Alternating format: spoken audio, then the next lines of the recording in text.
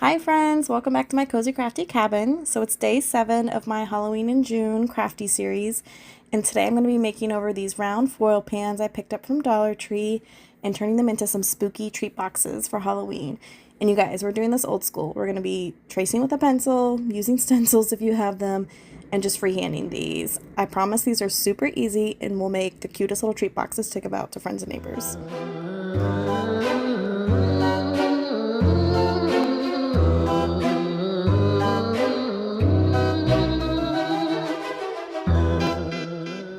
Okay, so I'm actually going to start this video by showing you all of the round treat boxes I've made so far. So I've done 9 altogether.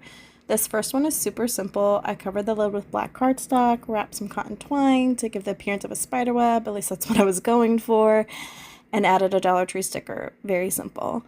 Here's another very simple one where I used a ghost stencil, stamped the Hello Boo sentiment, and used my 2-inch circle punch for the moon. This next one, I used stencils again for the pumpkins and cat. I stamped the trick or treat sentiment and I just drew on some stars.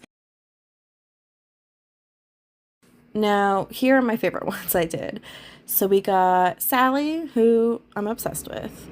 We got Oogie Boogie, and of course, Jack Skellington, and I did 2 versions of him. And listen, I don't consider myself very artistic, but I attempted to do like the silhouette drawing of Jack and Sally, and you know, it's okay, I guess.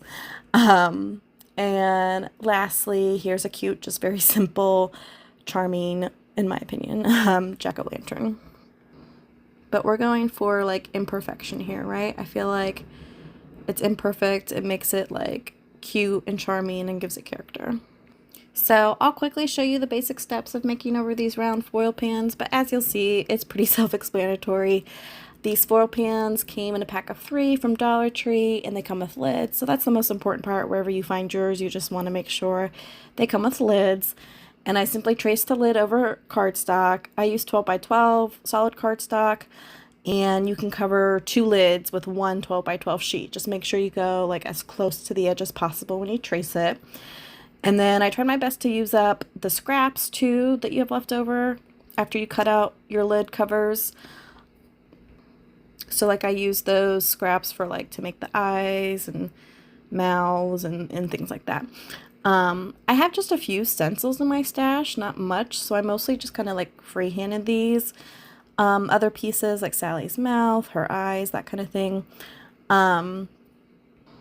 You can simply just like draw everything on your lids with, you know, marker, colored pencil, whatever you want to use. Or you could do a combination like me where I used paper and then I also used a permanent marker for some final touches. But basically you can make whatever you want out of these lids. I think the Nightmare Before Christmas characters are so cute. My kids love that movie and the music, and they're just going to love these. You can also just simply glue down some patterned paper to the lids. That's what I've done in the past for fall and Christmas. And you can add like some ribbon or cut aparts. Really, the possibilities are endless, but it's just a fun way to make over something really simple. I plan on filling these up with some homemade cookies and treats around Halloween and giving these to our neighbors and friends. I would love to know what other characters or just like any other ideas you have to decorate these lids. Please comment and let me know. I love hearing all of your guys' creative tips and ideas. Now again, I don't consider myself artistic really, and these are for Halloween, so I feel like the more imperfections you have, the more charming it seems. So don't be afraid to just, you know, like freehand some sketches, cut these out with your scissors.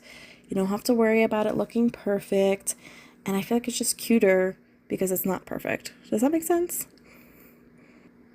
And there's something just like relaxing and freeing about like not having it be perfect and not having everything be like perfectly centered or symmetrical, you know what I mean? But yeah, I think it just adds charm to these cute little, you know, characters and the jack-o'-lantern and things like that.